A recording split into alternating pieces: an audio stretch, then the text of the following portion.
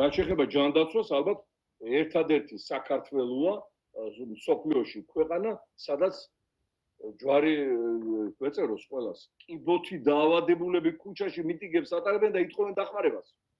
ეგეთი არ არსებობს. თუნდაც ჩამორჩენილი ქვეყნებში.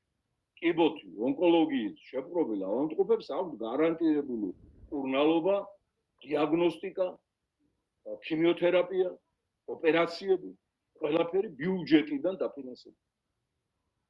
ეს ხდება მარტო საქართველოში.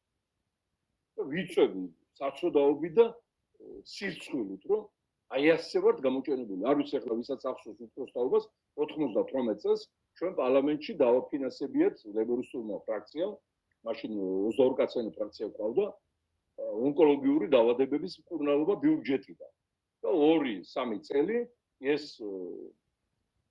ჭირია შეიძლება ითქვას, ეს დაავადება ფინანსდებოდა სახელმწიფო რესურსების საშუალებით. მე რა თქმა უნდა ახლა სჭირდებოდა ჯიპების ყიდვა, ხელფასების გაზრდა, კაბინეტები, პრემიები, სახლები, ბიზნესები და შემოაკლეს, აიღეს ყველაფერი და ონკო დაავადებულები დატოვეს ქუჩაში.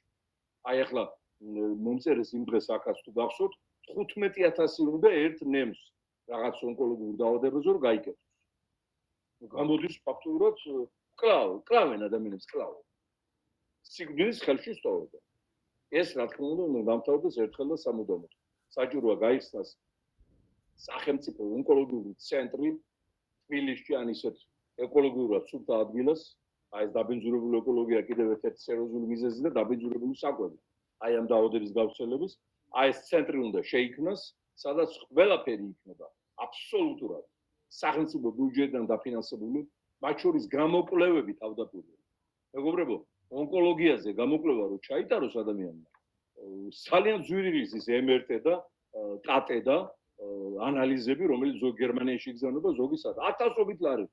ამას რო ვერ იტარებენ, უკვე მიდიან მესამე-მეოთხე სტადიის დროს ექიმთან და გვიანია. და ხო, იხოცება ხალხი. ამიტომ დიაგნოსტიკა უნდა იყოს სახელმწიფო ბიუჯეტიდან უზრუნველი ყოფილი. იქიდან გავიგოთ ჩვენ ადამიანს რა ელოდება. შემდგომ ოპერაცია და შემდგომ ქიმიოთერაპია. უნდა შეიქმნას უბრალოდ დიდი სახელმწიფო ონკოლოგიური ცენტრი. პირველ რიგში როგორც კი ამ რეჟიმის პოლიცია. ეს პირდაპირ უკავშირდება ადამიანების სიცოცხლის გადარჩენას. ეხლა მარტო ჩვენ სტრესში ეპიდემიასავით არის მოდებული. აღნიშნული საშინელი სელი ეპიდემიასავით არის მოდებული. მარტო ჩვენ სტრესში ჩვენს ოჯახებში